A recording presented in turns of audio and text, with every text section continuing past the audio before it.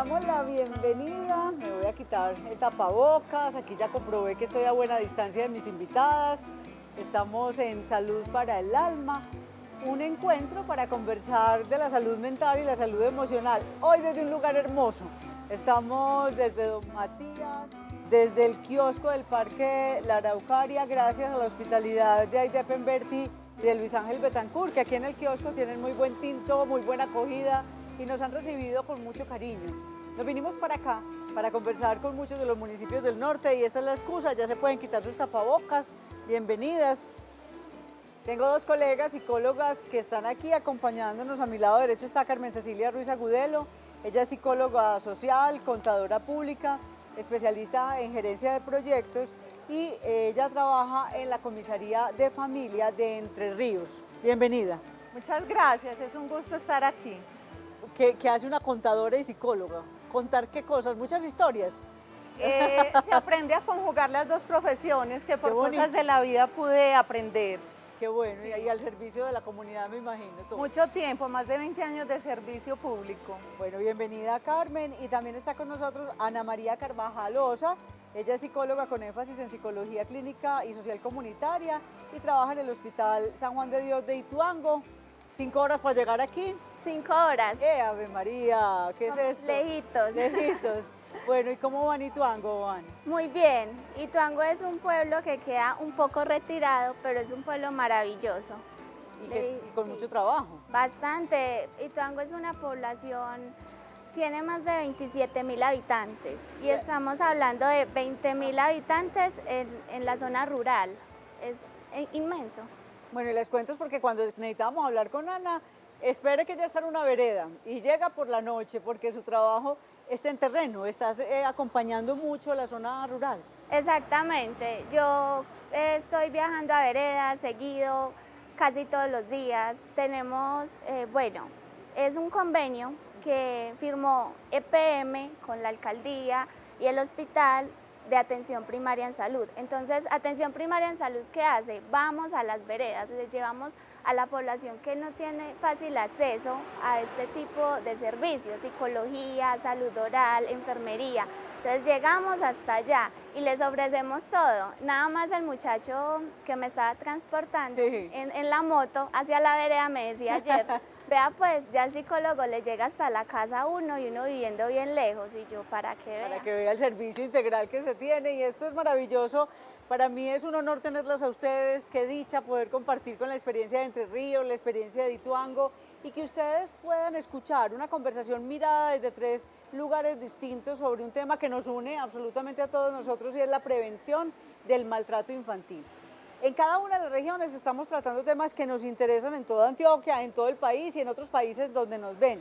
Y especialmente estamos poniendo la lupa con temas que han ido apareciendo como una constante. No es un secreto que en la pandemia se incrementaron los maltratos y en todos, en el Valle de Aburrá, en las 9 subregiones se han identificado asuntos delicados de maltrato intrafamiliar hacia las mujeres y hacia los niños e incluso en algunas partes también hacia la población adulta mayor.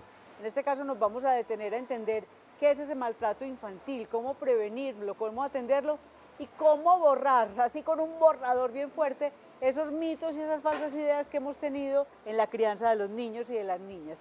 Es importante conversar de eso, Carmen, usted que está en una comisaría de familia todo el tiempo como psicóloga, ¿qué está pasando?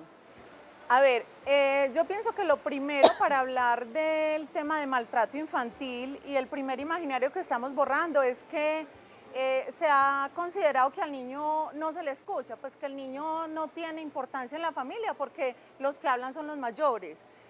Cuando hay una visita o cuando hay un acto público, los niños no tienen mucha voz. Lo que hemos querido pues desde hace unos años, no solo en Entre Ríos, sino en Antioquia, pues es darle real importancia a lo que dicen nuestros niños, escucharlos, porque muchas veces tienen asuntos importantes que contar y que tiene que ver con eso que usted habla, de abusos. Claro, se ha creído que los niños por ser chiquitos no tienen nada que decir. Sí. ¿Y si tienen mucho que decir? Claro que sí, entonces escucharlos, contarles un poquito o que nos cuenten más bien, que nos hagan saber esos sentimientos, esas vivencias que tienen con los compañeritos, con el tío, con el primo. Es importante para nosotros como adultos y desde las comisarías poder tomar cartas en el asunto frente a esas confesiones que sin querer queriendo nos hacen nuestros niños. Bueno, y en ese acompañamiento en lo rural que has encontrado, Ana, ¿cómo están los niños y las niñas en el sector rural? Bueno, los niños y las niñas en el sector rural he encontrado de todo, en realidad he encontrado de todo. He encontrado madres, padres que son 100% pendientes de sus hijos, atentos, que no les falte nada. Dentro de lo poco que les pueden brindar, les brindan todo lo que tienen o todo lo que pueden. Así suena como un poquito confuso. Son padres que lo entregan todo por sus hijos. Pero lastimosamente también hemos encontrado familias donde se nota algo de descuido y ya entra uno a conversar o a cuestionar qué es el maltrato infantil. No solamente es levantarle la mano al niño, no solamente es golpearlo, no. El maltrato infantil es cualquier acción u omisión que se pueda hacer y que cause algún tipo de daño en el bienestar del niño, del menor. Entonces, cuando hablamos de omisión, allí entra todo lo que los padres dejan de hacer para tener los cuidados. Está la salud física, el cuidado personal del niño. O sea, no ponerles cuidado es también maltrato. Exactamente, es también una forma de maltrato. La caries. Hemos encontrado en veredas niños con demasiada caries y cuando la higienista del equipo les dice, venga, que la odontóloga lo revise, ¿qué hacemos? Y la mamá, no, es que a él no le gusta. No, dejémoslo así, eso no.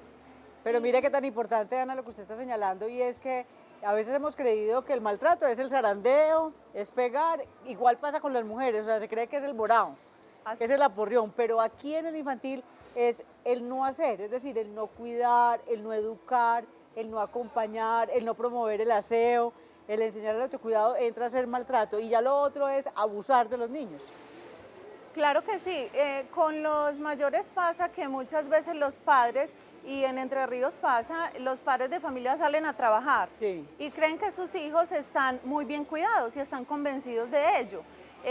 Porque los dejaron al cuidado de su vecina, de alguien que para ellos es de demasiada confianza. Pero en realidad los niños pues no nos podemos confiar porque a la vecina que conocemos toda la vida puede que no le preste la mejor atención y los padres por estar trabajando llegan con poco tiempo de escuchar qué le está pasando a ese niño durante el cuidado en la jornada de trabajo del padre. Y en esta pandemia, ¿ustedes cómo lo han encontrado? Porque es que nosotros aquí hemos conversado en la pandemia nos encerraron a todos, ¿cierto? En esta primera parte que fue muy dura, encerrados, y empezamos a ver los comportamientos reales de niños y niñas con sus docentes, cómo eran viéndolos estudiar o en la angustia de estudiar, porque entonces empezamos a ver un montón de comportamientos que pueden ofuscar a los adultos o que pueden desesperar incluso a los adultos sintiéndose sin herramientas para acompañar esa parte educativa, por ejemplo. Claro que sí, para mí la primera ganancia de este año 2020, lo conversábamos ahorita fuera de cámaras, es que la salud mental, el bienestar de la familia ha cobrado mucha importancia durante este año. Se puso de moda la salud mental. Sí, porque es que vimos disparados los casos de salud mental, de violencia intrafamiliar, de necesidad de atención de personal psicosocial especializado. Claro. Sí. Se puso en evidencia y lo hemos conversado en el programa Salud para el Alma, lo importante que es saber para qué es un psicólogo, para qué es un psiquiatra, cuándo consultar, la claridad de que es importante pedir ayuda, es fundamental pedir como apoyo, y en eso, Ana, es necesario. ¿Cómo la reciben a usted como psicóloga? Usted nos decía, el de la moto me lleva a la vereda y dice, vea, el psicólogo llega a la casa, y cuando la reciben, ¿qué le dicen? Oiga, doctora, estoy loca. ¿Todavía dicen eso? Todavía pasa. Sí. Y en realidad hemos hecho diferentes programas Sí. enseñando eso, que no es para el loco, no es para el que está llevado, trastornado. Me decía una chica, ay, es que yo veo a mi abuela que está como rarita, pero no sé, sí, venga acá, es que si le digo que vaya al psicólogo se muere, dice que ya no está loco. Y enseguida le miento psiquiatra y peor. O sea, más susto da. Peor. Entonces, sí, todavía se tiene como esta creencia de, bueno, pero también nos han recibido muy bien en muchas comunidades, porque depende de la manera en que tú le entres a la gente, en la manera en que tú le llegues a la población.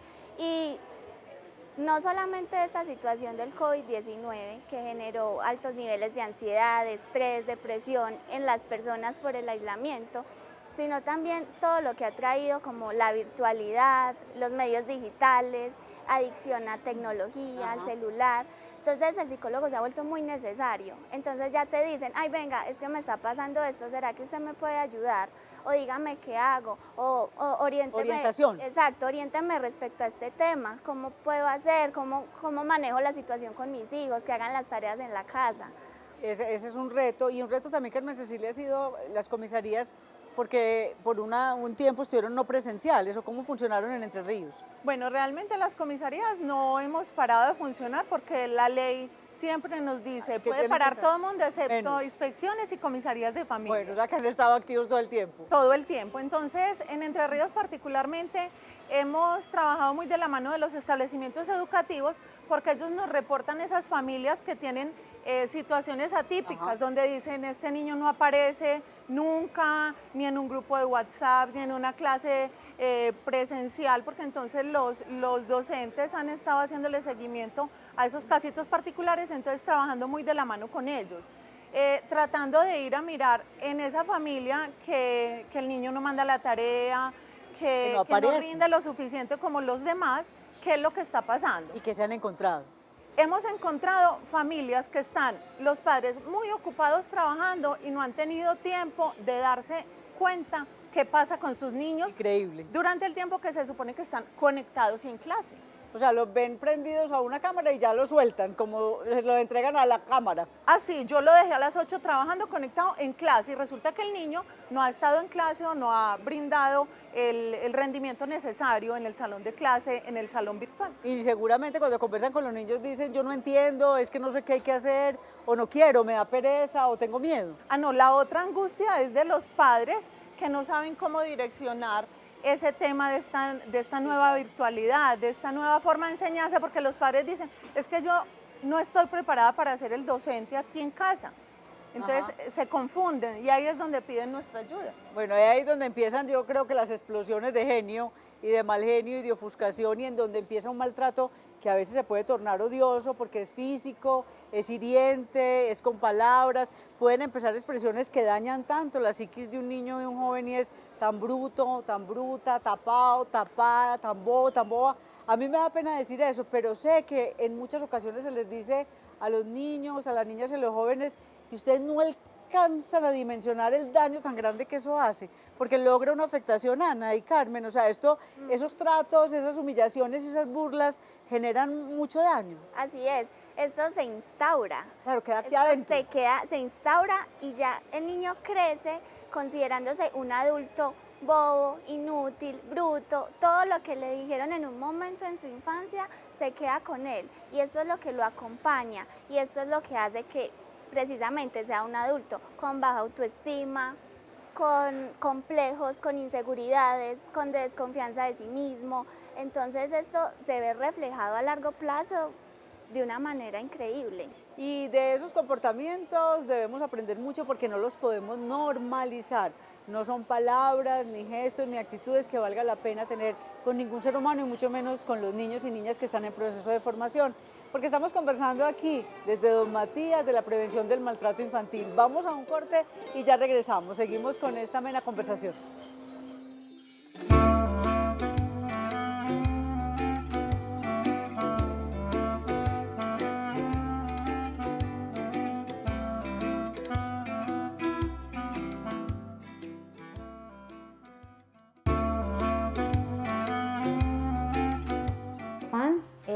Es una fundación, traduce Fundación de Atención a la Niñez, y trabaja con niños, niñas y adolescentes en situaciones de vulneración. Maltrato infantil podríamos decir que son todos los actos de abuso, de maltrato en sus diferentes tipos, y donde se aprovecha una persona mayor a ella. Siempre hay una asimetría. cuando hablamos que hay una diferencia en edad, en poder. Los tipos de maltrato infantil que identificamos son el maltrato físico, el maltrato verbal o psicológico o emocional que llaman, la violencia sexual y también lo que es la negligencia o el abandono. Realmente cuando hablamos de características emocionales de los niños, niñas, adolescentes que tienen algún tipo de maltrato, es identificar si hay un cambio comportamental. En esa parte emocional, cuando hablamos de niños con violencias, sí tendríamos de pronto que hacer diferencias de pronto en la etapa en que se encuentran. Un niño pequeño de pronto en esa parte de maltrato de pronto se puede aislar, de pronto se puede mostrar muy irritable. Para ellos no es claro si ellos están bravos o están tristes. Igualmente cuando hablamos de un chico más grande, en este caso de un adolescente, en este momento es muy reconocido el CUTI, también de pronto ideas suicidas. Independiente también pues, de la etapa que correspondan, puede tener también síntomas de ansiedad. La pandemia ha cambiado las condiciones dentro del hogar por el mismo hecho que todos tenemos que permanecer dentro del mismo contexto, dentro del mismo espacio. En ocasiones son familias muy grandes, en espacios muy reducidos, que hacen que de pronto esa tolerancia sea menor. Entonces igualmente el papá o la mamá o esos cuidadores de pronto se muestran intolerantes al hecho de pronto llevar una rutina, un hábito dentro de casa y no saber cómo llevar esa norma, hace que se descompensen y de alguna manera de pronto exploten a cualquier situación o motivo, observadores de comportamientos, observadores en cuanto a ciertos hábitos, en cuanto a esas rutinas en la casa. De pronto cuando hablamos en esa parte de cuidados, como esa comunicación dentro de la casa, tenemos buena comunicación, la estamos haciendo adecuadamente, es asertiva, con el fin de identificar o descartar de pronto una posible vulneración. Es importante reconocer que todas las personas que estamos relacionadas con nuestros niños, niñas, adolescentes, debemos ser corresponsables en esos cuidados. Es reconocer que somos parte importante de ellos y que podemos de pronto cambiar una vida.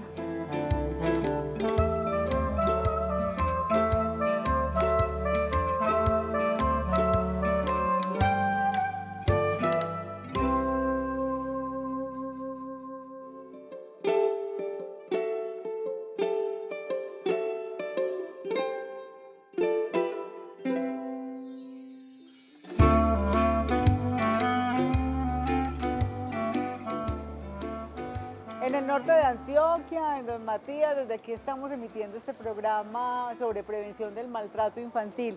Y quisiera, Carmen, que nos cuentes en Entre Ríos, entonces, cómo han venido atendiendo ese tema del maltrato, cómo han hecho acciones de prevención en el municipio y de atención.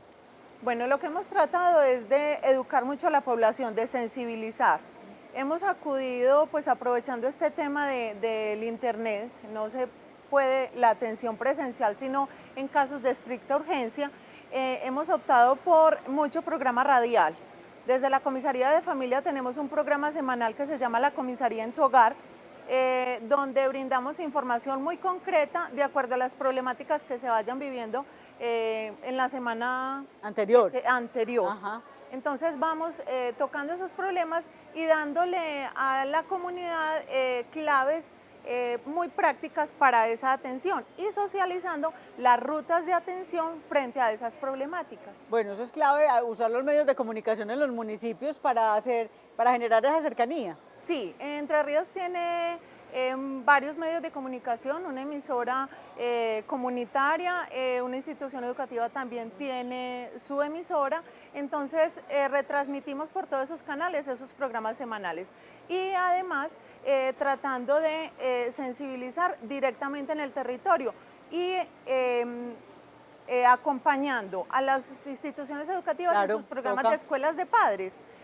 Ahí también hacemos presencia a la comisaría para que entre todos tratemos de hablar el mismo idioma y logremos soluciones más inmediatas. Claro, eso es importante porque si la escuela dice una cosa, el municipio dice otra, la comisaría dice otra, pues se confunde la gente, ya teniendo esa conexión es clave. En Ituango ustedes tienen la presión también de esa gran obra, de ese megaproyecto de Hidroituango, y por eso el trabajo conjunto con EPM es fundamental. Y las personas ponen atención al tema de los niños y las niñas. Si hay como esa posibilidad de decir, bueno, hey, psicóloga, sí, tiene usted razón a lo que me está diciendo. Bueno, en realidad le hemos trabajado mucho a ese tema, desde EPM con el convenio de atención primaria en salud y pues en articulación con la alcaldía, está el hospital, la alcaldía, todos los demás actores, Buen Comienzo. O sea, hay un trabajo conjunto con la gobernación fuertemente. La gobernación, exactamente, lo que tú decías, que no se coja por separado, sino todos articularnos y de esta manera tratar los temas, que tampoco sea, yo esta semana estuve hablando de este tema y la otra semana llegaron a hablar del mismo tema de otra entidad. Y no. con otro enfoque y otra mirada. No, la idea es que todo sea totalmente articulado. Bueno, hemos trabajado mucho en las veredas de la zona de influenza donde hemos estado trabajando, son aproximadamente 13.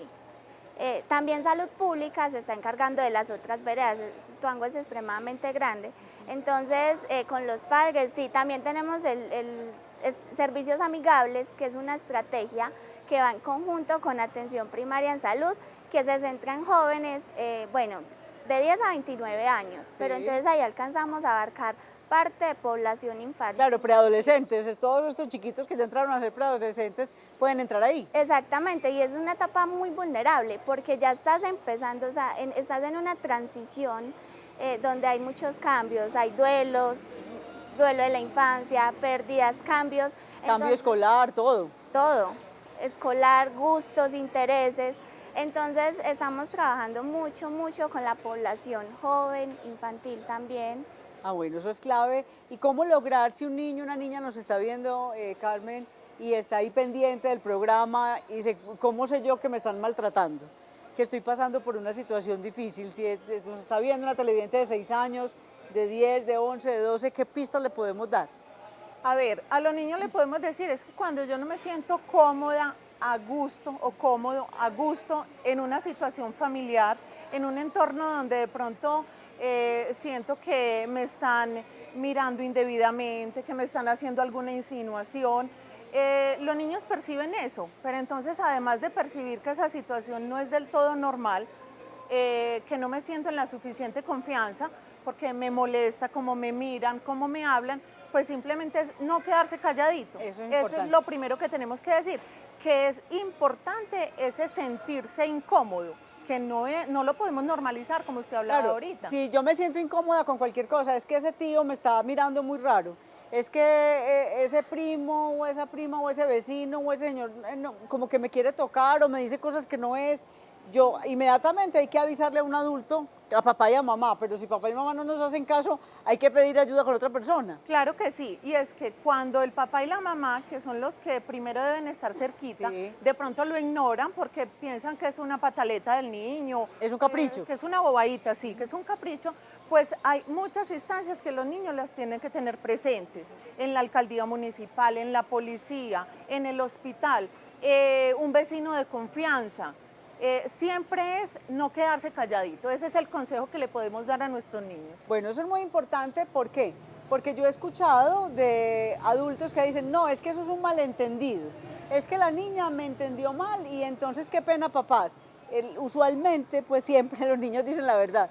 Un niño no se inventa que lo están tocando, un niño no se inventa que lo están insultando, que se están burlando de él, que lo están humillando. Es clave ponerles atención. Al niño hay que escucharle y escucharle todo el cuento o su versión completica. Toda. Hay que escucharle y ya después entrar a indagar para ver qué acciones se toman, pero hay que escucharlo completico, no hay que ignorarlo. Eso es importante, Ana María, poder lograr esa conversación en el tamaño del niño y de la niña, ¿cierto? Porque a veces hay adultos que quieren que hablen como adultos, ¿cierto? Que los niños vuelvan y hablen como adultos. No, los niños tienen su propio diálogo, tienen su propia manera de explicar y tienen también sus silencios. Exactamente.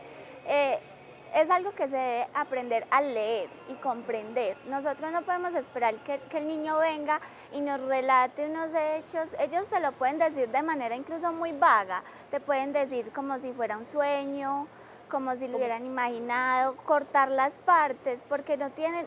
Hay que comprender el asunto de la edad, del desarrollo cognitivo, de la etapa del desarrollo mental en la que se encuentra el menor también. Todo eso debe ser tenido en cuenta.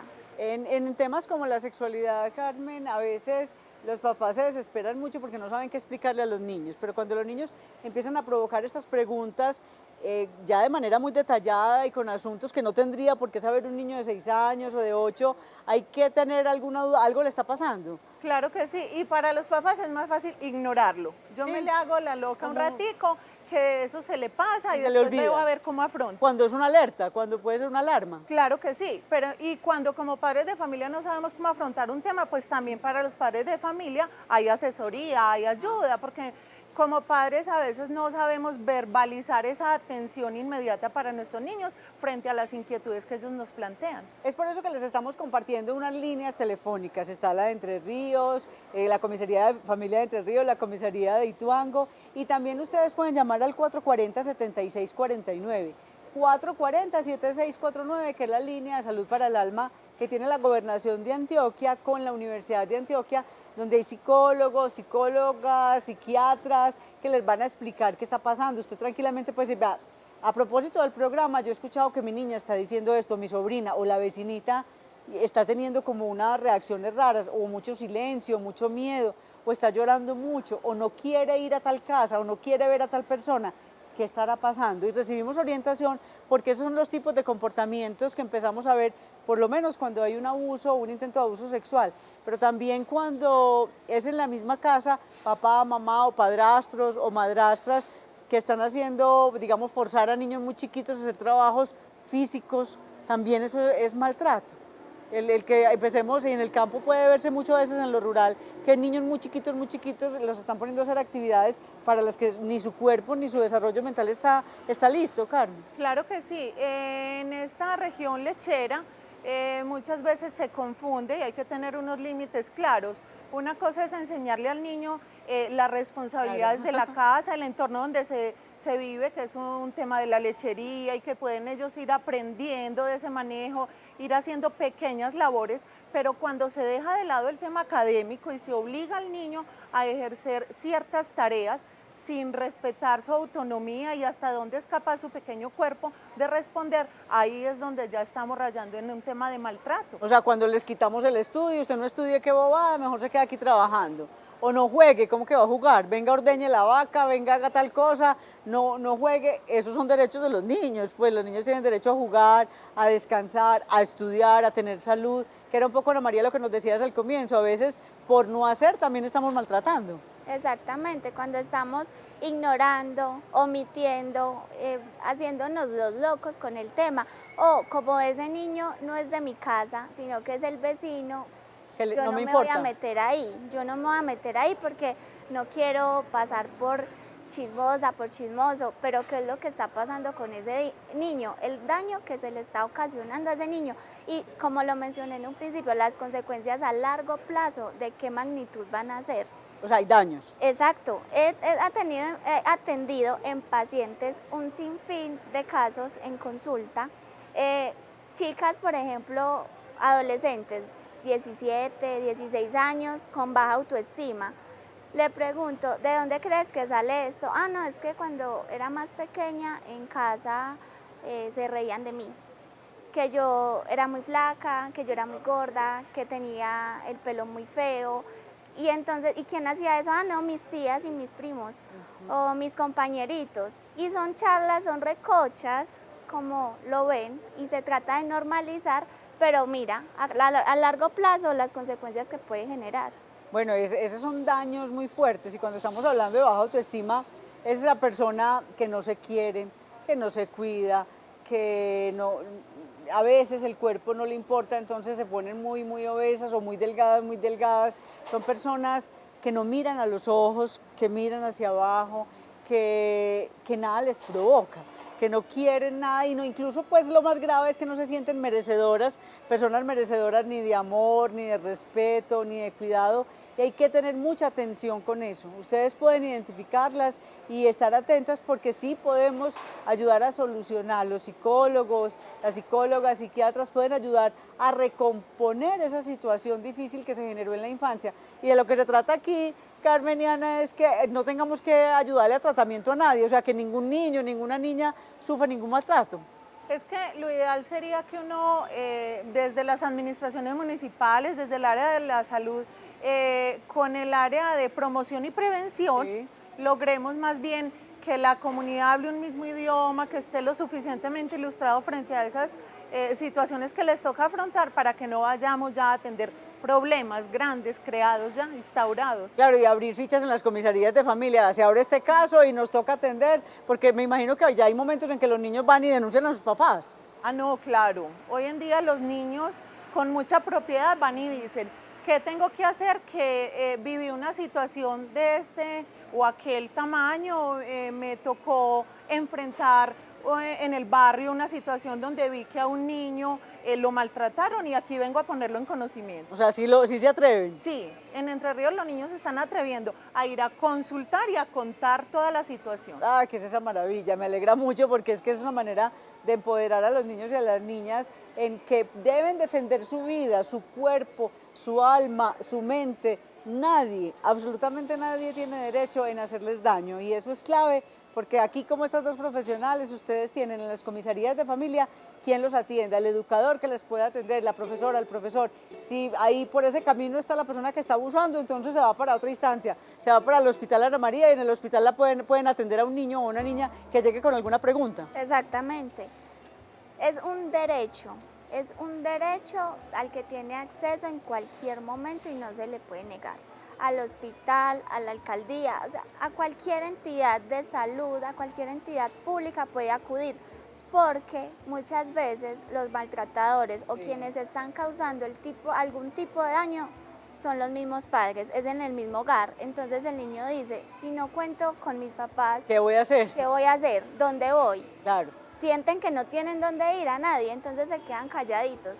Y lo ideal es que consulten siempre que puedan acudir a algún centro. Bueno, estamos conversando en Salud para el Alma de la prevención del maltrato infantil desde Don Matías. Vamos a un corte y ya regresamos.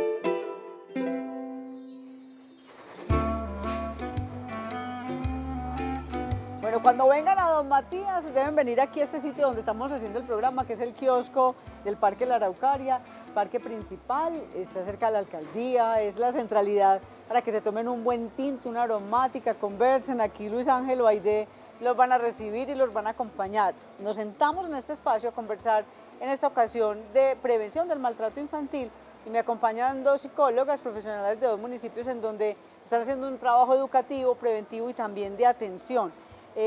Carmen Cecilia, en Entre Ríos, las familias, ¿cómo están constituidas? O sea, tenemos de todo tipo de familias, está dando el mismo cuadro familiar que pasa en todo el mundo, que tenemos de todo.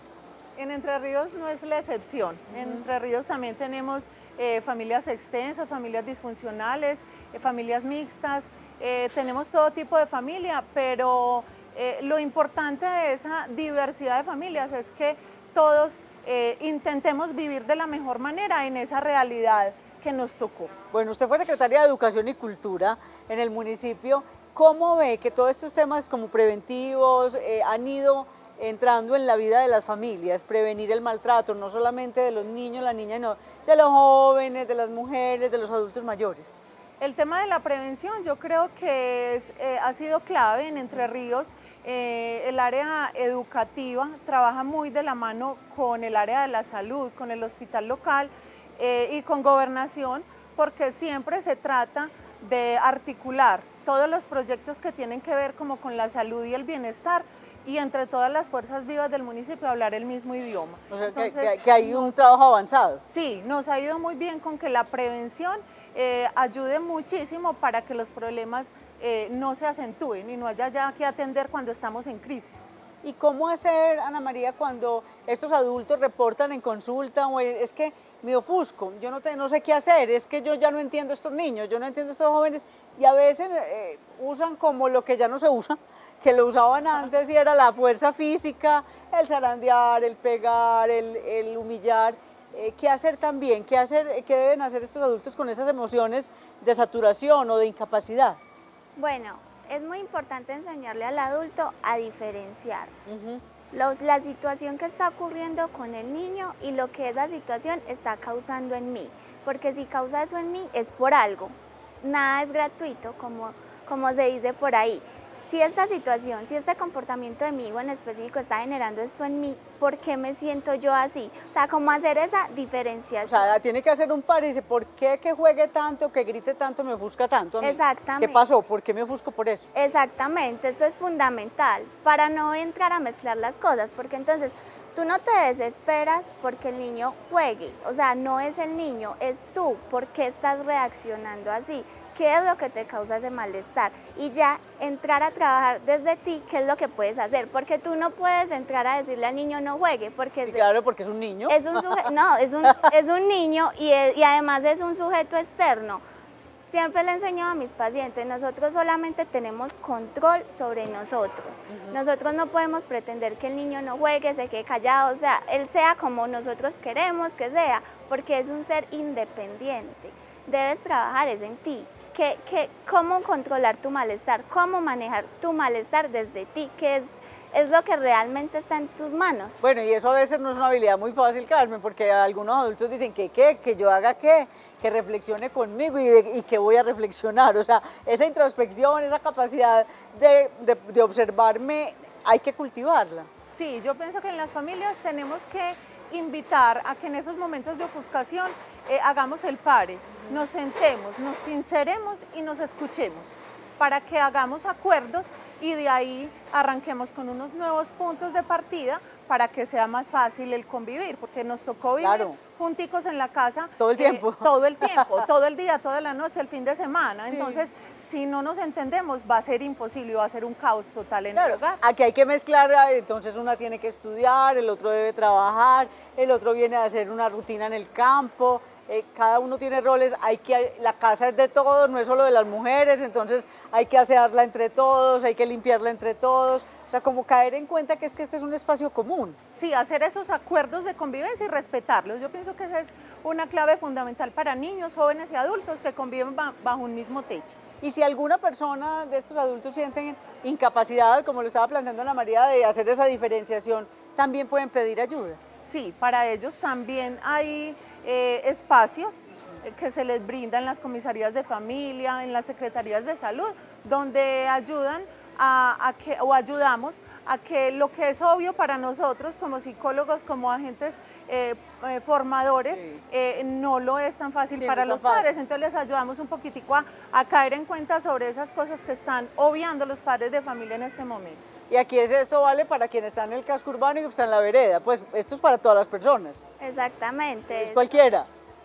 Hay que tenerlo en cuenta porque la situación de niños y niñas en Antioquia ha ido avanzando. Yo les decía en un comienzo que en la pandemia se han presentado dificultades, se ha reportado un incremento en el maltrato intrafamiliar y en donde son los niños, los menores y las mujeres quienes han sido víctimas de ese maltrato y casi todo proviene de hombres. Entonces también un llamado de atención a estos hombres que están desesperados, entendemos que hay incertidumbre, que hay miedo, que hay que atender una familia, pero eso no es ninguna explicación para maltratar a nadie. Sí, es que, a ver, todo este tema nos cogió por sorpresa, pero esa no es la disculpa. No, no puede ser. Si no nos cogieron preparados, pues sobre la marcha tenemos que reaprender y poner en marcha. Bueno, ¿y por qué es bueno ir a Entre Ríos? Cuéntenos, chicanéenos un poquito. Ave María, chicaneemos sobre Entre Ríos. Sí. En Entre Ríos tenemos mucho con qué chicanear, A con ver. nuestros paisajes. Es divinos. Entre Ríos se conoce como la Suiza colombiana por sus bellos paisajes. Tenemos en Entre Ríos también senderos en turismo, recorridos dirigidos, una zona urbana colonial, una iglesia muy bonita, una casa de gobierno también muy bonita. Y el tema de la gastronomía paisa no se queda atrás. En Entre Ríos también tenemos mucho para disfrutar en ese campo. Claro, y con esa zona lechera pues habrá mucha cuajada, mucha cosa deliciosa para comer. Cuajada y unas galletas famosas en Entre Ríos, las galletas cucas. Invitados a Entre muy Ríos. Bien, hay que disfrutarlas. Y yo sé que usted no es de Ituango, Ana María, pero ya lleva ya un buen rato trabajando. ¿Qué le ha gustado del municipio? Bueno, retomando lo que acabas de decir, en Ituango también hay algo súper famoso, que son los cansuizos. Son unos dulces, unos confites que los hacen allá. Los hace una familia muy tradicional de Ituango y son deliciosos. Entonces, cuando vayan a Ituango, sí o sí es obligatorio que compren y prueben los cansuizos. Bueno, y les puse como este intermedio de explicación a qué ir a cada uno de los municipios porque yo creo que en cada municipio nos debemos sentir muy orgullosos de lo que tenemos y en especial del trato que nos damos. Yo creo que eso es clave y a propósito del maltrato infantil, qué bueno que en adelante pudiéramos chicanear, además de estas bellezas que nos están contando y que hemos visto aquí incluso en Don Matías, porque la gente se quiere, porque la gente se cuida, porque los índices de suicidio no existen, porque la gente no se quiere, no está aburrida. Se puede lograr ese trabajo conjunto, don Carmen, en que las familias puedan vivir mejor, que no opten por el maltrato y quien tenga enfermedad mental o trastorno mental pueda pedir ayuda y no se desquite con el resto de la familia. Claro que sí. En Entre Ríos somos muy solidarios y ese ser solidario implica que no me preocupo solo por el bienestar de mi familia, sino por el del vecino, por el niño que recién llegó al pueblo, por la familia que está pasando necesidades. Entonces, tratar de pensar un poquitico más en el otro. Poderlo hacer, el tener lazos. En este asunto del maltrato intrafamiliar, también hemos identificado que las personas con discapacidad, los niños y niñas con discapacidad, también a veces son objeto de ese maltrato. No parecería como que creen que no sienten o que no tienen un valor, y ese es un error común que hemos encontrado, Ana, y que vale la pena caer en cuenta, porque es que todo ser vivo merece respeto. Exactamente, empezando por la discriminación. Si yo estoy discriminando, estoy maltratando de cierta manera. Es que el maltrato se ve camuflado en muchos actos, en muchas acciones y en palabras también. Como lo hablábamos antes, no es solamente levantar la mano y pegar, no es solo el golpe. Se ve camuflado, se ve reflejado en muchísimas más cosas. La hipersexualización de las niñas. O sea, vestirlas como adultas desde muy chiquitas. Exactamente. El trabajo también, que no jueguen, lo que decías. En la casa hablamos, en la casa cuadramos. Como este miedo que les meten, es que usted no es capaz, es que usted eso no sabe, usted eso no entiende. Entonces, claro, crecen con la incapacidad. Y algo muy importante, el maltrato se ve reflejado de muchas maneras y una de ellas es, o sea, no todo niño que es maltratado en la infancia va a ser un maltratador de adulto, puede pasar, pero no es necesario. Exactamente, puede pasar todo lo contrario, que crezca siendo una persona sumisa, una persona que se deje maltratar. Entonces me maltrataron mis padres en mi infancia, cuando soy adulta, consigo una pareja que me maltrata igual. Se sigue como... El patrón. Exactamente. Entonces se puede crecer de muchas maneras. O me convierto en todo lo opuesto, un maltratador, alguien que hace lo mismo que me hicieron, o en alguien que me dejo continuar haciendo lo mismo y siempre me vinculo, me posiciono desde el lugar de víctima. Y otro tema con el maltrato infantil. Cuando allá en las casas, los televidentes, si conocen a un niño que ha sido víctima de maltrato infantil, traten siempre de estar de su lado, pero sin revictimizar. ¿Y cómo se revictimiza? Se revictimiza todo el tiempo. Por ejemplo, un menor que sufrió algún tipo de abuso. Sí. Entonces el padre se vuelca y se convierte extremadamente sobreprotector.